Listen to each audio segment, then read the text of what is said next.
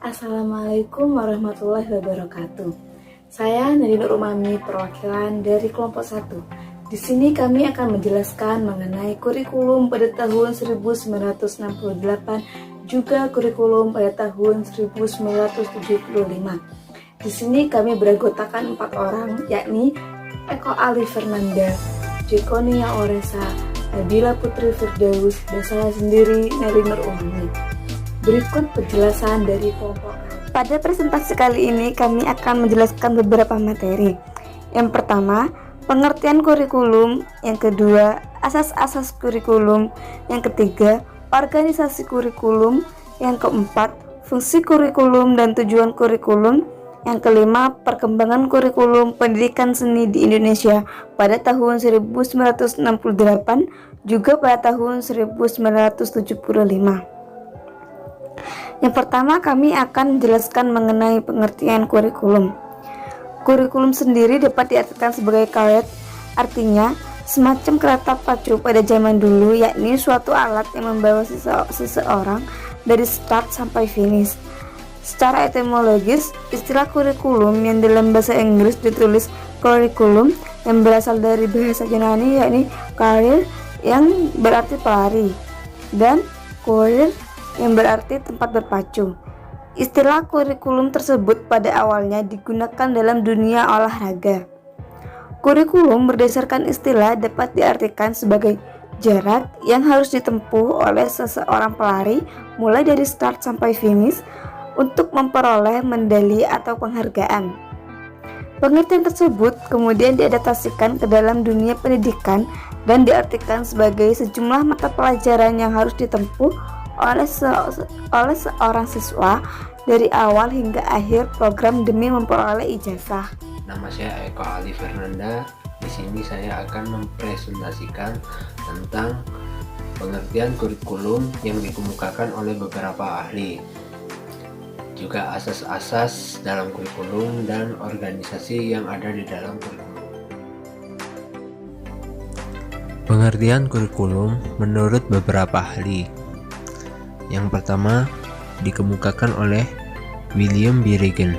Menurut William Birigen, kurikulum memiliki arti yang luas, yang meliputi seluruh program dan kehidupan dalam sekolah, yakni segala pengalaman anak di bawah tanggung jawab sekolah.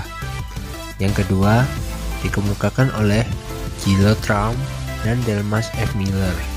Menurut mereka, dalam kurikulum juga termasuk metode mengajar dan belajar, cara mengevaluasi murid dan seluruh program, juga perubahan tenaga mengajar dan bimbingan, serta penyuluhan, supervisi, dan administrasi, serta hal-hal struktural mengenai waktu dan jumlah ruangan, serta kemungkinan memilih mata pelajaran. Sedangkan menurut Alice Mill, ia mengemukakan bahwa kurikulum juga meliputi keadaan gedung, suasana sekolah, keinginan, keyakinan, pengetahuan, dan sikap orang-orang yang melayani dan dilayani sekolah, yakni seperti peserta didik, pendidik, dan masyarakat. Yang kedua ialah asas-asas kurikulum. Dalam asas-asas kurikulum di sini dibagi menjadi 4 asas. Yang pertama ialah asas filosofis. Asas tersebut berkaitan dengan tujuan pendidikan dan sesuai dengan falsafah negara. Yang kedua ialah asas psikologis. Faktor anak yang terdiri dari psikologi anak, perkembangan anak, psikologi belajar, dan bagaimana proses belajar anak. Asas yang ketiga ialah asas sosiologis yang berkaitan dengan keadaan masyarakat, perkembangan dan perubahannya, kebudayaannya, dan hasil kerjanya yang berupa pengetahuan.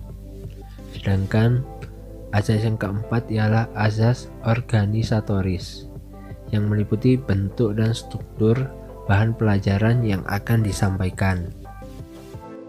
Pembahasan yang ketiga ialah tentang organisasi kurikulum. Dalam organisasi kurikulum di sini dibagi menjadi 3 bagian. Yang pertama ialah spirit subjek kurikulum.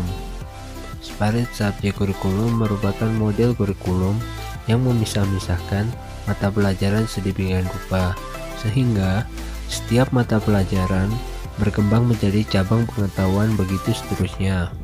Sehingga pada akhirnya, setiap cabang dari mata pelajaran tersebut menjadi mata pelajaran yang berdiri sendiri karakteristik.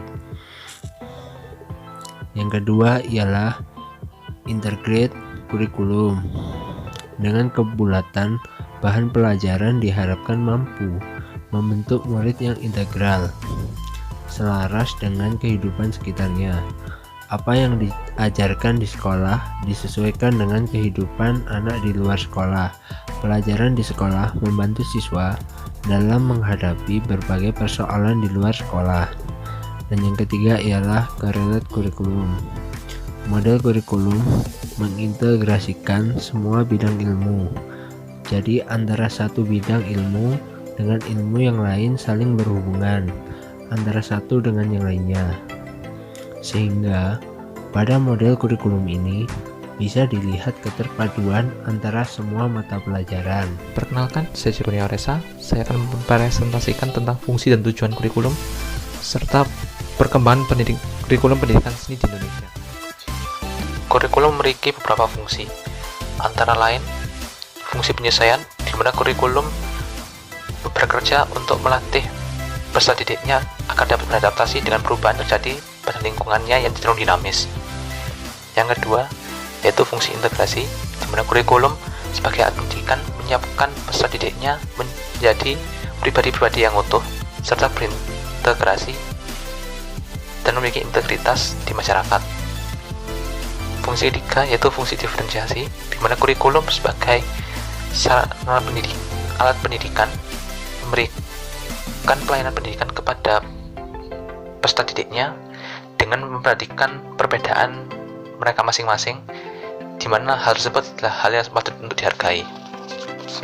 Yang keempat yaitu fungsi persiapan, di mana kurikulum berfungsi untuk mempersiapkan peserta didik untuk menghadapi jenjang pendidikan berikutnya dan juga mempersiapkan peserta didik untuk hidup bermasyarakat. Yang kelima adalah fungsi pemilihan, di mana kurikulum memberikan kesempatan bagi peserta didiknya untuk memilih program belajar yang sesuai dengan minat serta bakat mereka. Dan yang terakhir, fungsi diagnostik, di mana kurikulum berfungsi untuk memberi kesempatan kepada peserta didik untuk menggali potensinya dan memperbaiki kelemahannya.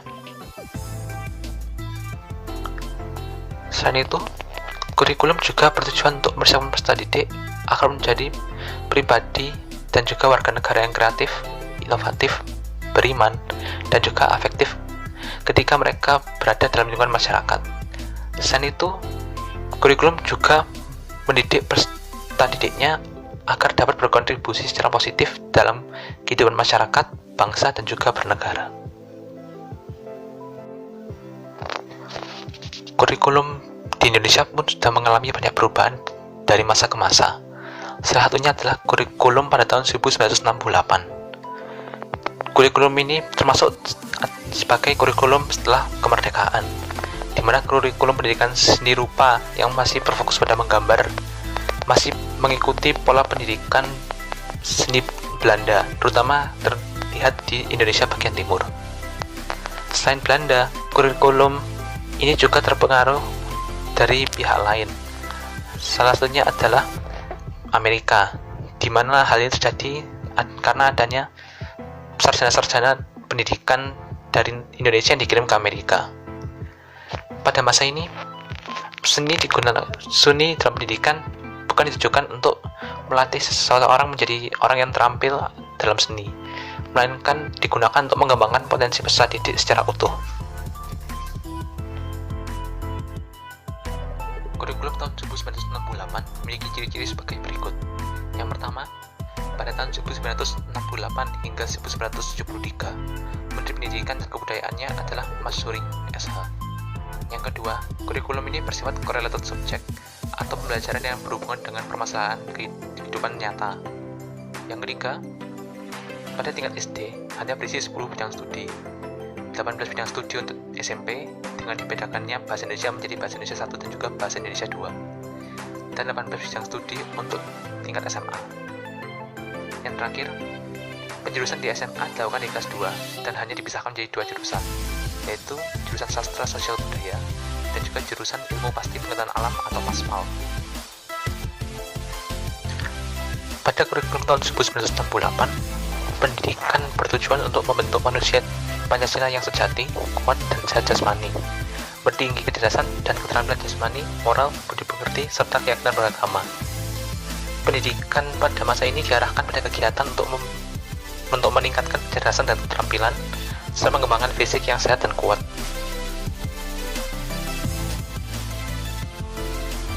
Pada kurikulum ini, pendidikan secara garis besar dibagi menjadi 3 kelompok.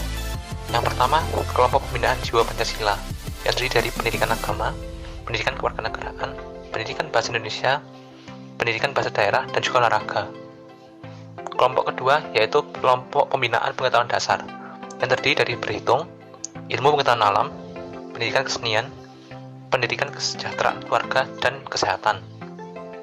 Sedangkan kelompok ketiga adalah kelompok pembinaan kecakapan khusus, yang terdiri dari kejuruan agraria yang berhubungan dengan pertanian, peternakan, dan perikanan, kejuruan teknik yang terdiri dari pekerjaan tangan dan perbengkelan, dan kejuruan ketetalaksanaan atau jasa yang berhubungan dengan koperasi dan tabungan. Semua pelajaran diberikan sejak kelas 1 kecuali bahasa Indonesia, di mana sekolah yang menggunakan bahasa daerah sebagai bahasa pengantar di kelas 1 dan 2 memberikan pembelajaran bahasa Indonesia mulai kelas 3.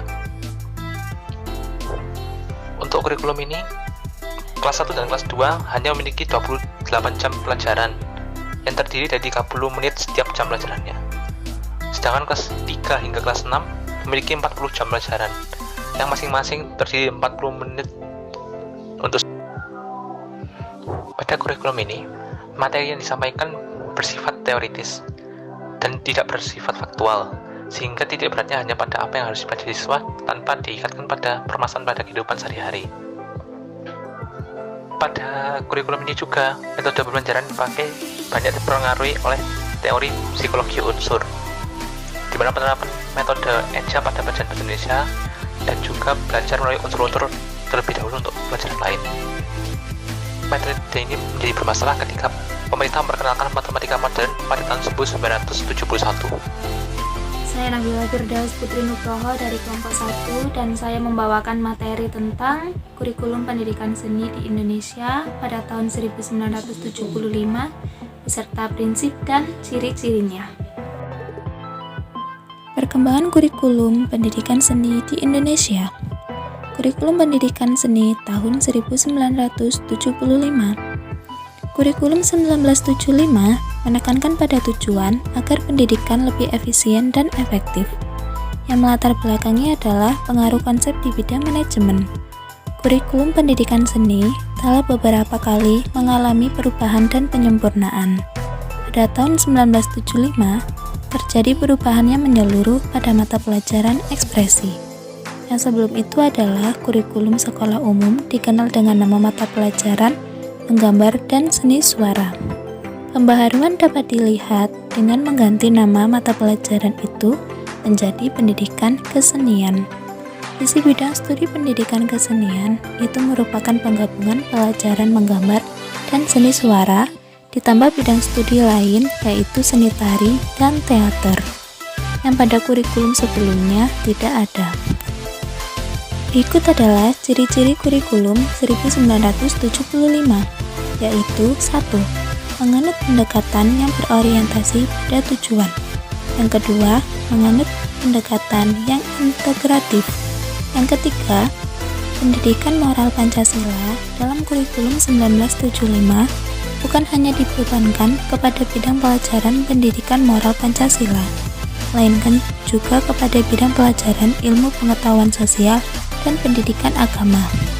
Yang keempat, kurikulum 1975 menekankan pada efisien dan efektivitas penggunaan dana, daya, dan waktu yang tersedia.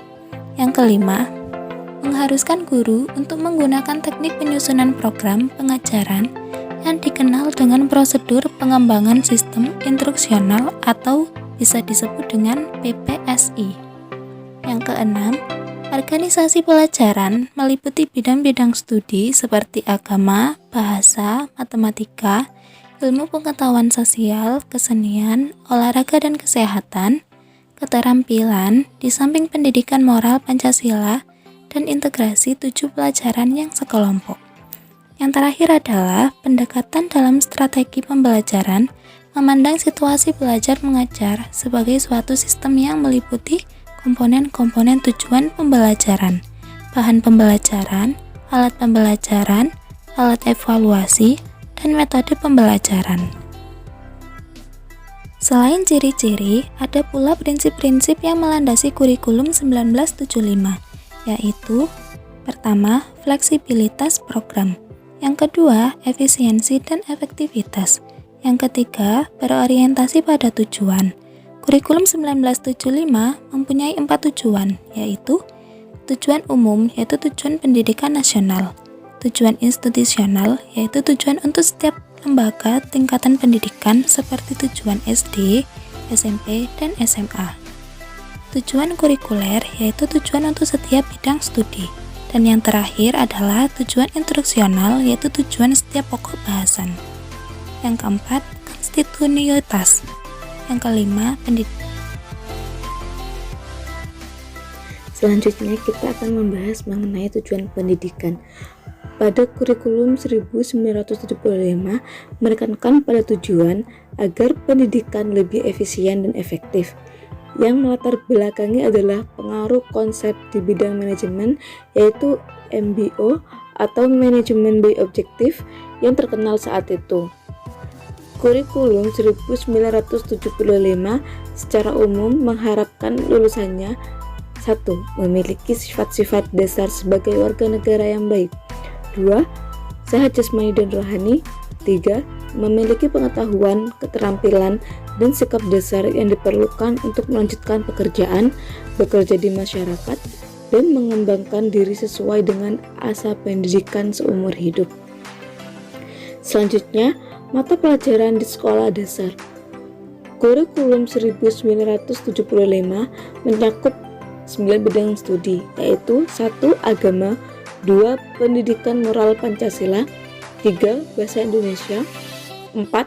Ilmu pengetahuan sosial, 5. Matematika, 6. Ilmu pengetahuan alam, 7. Olahraga dan kesehatan, 8. Kesenian, 9. Keterampilan khusus. Bidang studi ilmu pengetahuan sosial tidak diberikan di kelas 1 dan 2, melainkan baru diberikan mulai kelas 3.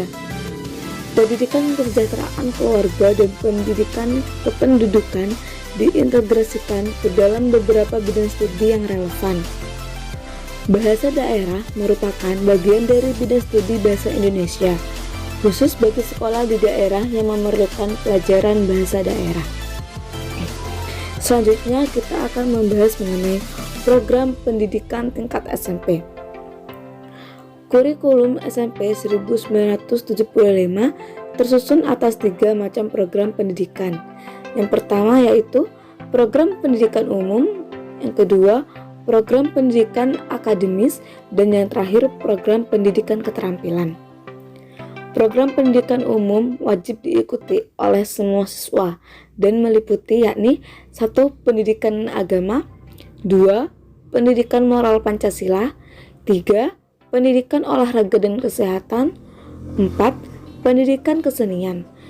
Selanjutnya, program pendidikan akademis wajib diikuti oleh semua siswa dan meliputi yang pertama yakni bahasa Indonesia, yang kedua bahasa daerah, yang ketiga bahasa Inggris, keempat ilmu pengetahuan sosial, kelima matematika, dan yang terakhir yakni ilmu pengetahuan alam. Program pendidikan keterampilan terdiri atas 1. Pendidikan keterampilan pilihan terikat yang dapat dipilih antara lain yang pertama yakni praktik pendidikan kesejahteraan keluarga, yang kedua teknik, ketiga jasa, yang keempat agraria, yang kelima maritim, yang keenam industri, yang ketujuh kerajinan. Selanjutnya yakni pendidikan keterampilan pilihan bebas yang dapat dipilih di antara yang pertama yakni praktikum ilmu alam, praktikum ilmu hayat, konversasi diskusi, olahraga prestasi, kesenian, dan usaha kesehatan sekolah. Selanjutnya di sini kami akan menjelaskan mengenai alokasi waktu. Untuk kelas 1 yakni 26 jam pelajaran, kelas 2 26 jam pelajaran, kelas 3 33 jam pelajaran, untuk kelas 4 sampai kelas 6 yakni 36 jam pelajaran. Atas dasar prinsip efisiensi dan efektivitas, kurikulum 1975 memilih jumlah jam pelajaran selama seminggu yakni 36 jam dan 42 jam. Karena pertimbangan bahwa para murid dapat dituntut untuk bekerja lebih keras pada setiap jam yang tersedia, dengan tetap memberikan kesempatan untuk melakukan kegiatan yang lebih santai pada saat tertentu. Oleh karena itu, kegiatan belajar yang sifatnya wajib dan akademis ditekankan pada hari Senin sampai dengan Jumat, sedangkan kegiatan-kegiatan pada hari Sabtu sifatnya pilihan wajib, ekspresif, dan rekreatif. Atas dasar prinsip ini juga disarankan agar setiap pelajaran hendaknya tidak diberikan dalam 1 jam pelajaran saja untuk 1 minggu, melainkan antara 2 jam dan sebanyak-banyaknya 3 jam pada setiap pertemuan. Selanjutnya mengenai materi dan pembelajaran. Materi pengajaran dirinci dalam prosedur pengembangan sistem instruksional atau PPSI yang pada saat itu dikenal dengan satuan pelajaran. Metode, materi, dan tujuan pengajaran dirinci dalam prosedur pengembangan sistem instruksional atau PPSI. Zaman ini dikenal dengan istilah satuan pelajaran. Setiap pelajaran dijabarkan dalam tujuan kurikuler. Setiap pokok bahasan mata pelajaran diurai menjadi tujuan instruksional umum. Kemudian, dari pokok bahasan ini dijabarkan ke dalam satu bahasan yang melahirkan sejumlah tujuan instruksional khusus. Kurikulum 1975 menganut pendekatan yang berorientasi pada tujuan, pendekatan integratif, pendekatan sistem, dan pendekatan ekosistem. Pendekatan yang berorientasi pada tujuan maksudnya bahwa semua komponen kurikulum diarahkan untuk mencapai tujuan, yaitu tujuan pendidikan nasional, tujuan institusional atau tujuan sekolah dasar, tujuan kurikuler atau tujuan bidang studi, dan tujuan instruksional atau tujuan umum dan khusus. Untuk pendekatan integratif menekankan adanya keterpaduan atau kesatuan dari keseluruhan sistem pengajaran. Pendekatan sistem dimaksudkan bahwa kurikulum merupakan suatu totalitas yang memiliki berbagai komponen yang saling berinteraksi dan saling mempengaruhi untuk mencapai tujuan. Sedangkan pendekatan ekosistem maksudnya bahwa kurikulum senantiasa berorientasi atau didasarkan kepada tuntutan kehidupan dalam masyarakat yang sedang membangun. Pada tahun 1975 terjadi perubahan yang menyeluruh pada mata pelajaran ekspresi, yang sebelum itu dalam kurikulum sekolah umum dikenal dengan nama mata pelajaran menggambar dan seni suara. Pembaharuan dapat dilihat dengan pergantian nama mata pelajaran itu menjadi pendidikan kesenian. Istilah mata pelajaran juga diganti menjadi bidang studi, sehingga pembaharuan itu selengkapnya menjadi bidang studi pendidikan kesenian. Isi bidang studi pendidikan kesenian itu merupakan penggabungan pelajaran menggambar dan seni suara ditambah subbidang studi lain yaitu seni tari dan teater, yang pada kurikulum sebelumnya tidak ada. Pelajaran menggambar dan seni suara diubah namanya menjadi seni rupa dan seni musik. Selengkapnya, bidang studi pendidikan kesenian berisi sub-sub bidang studi seni rupa, seni musik, seni tari, dan seni teater atau drama. Sekian presentasi dari kelompok kami, kurang lebihnya mohon maaf. Wassalamualaikum warahmatullahi wabarakatuh.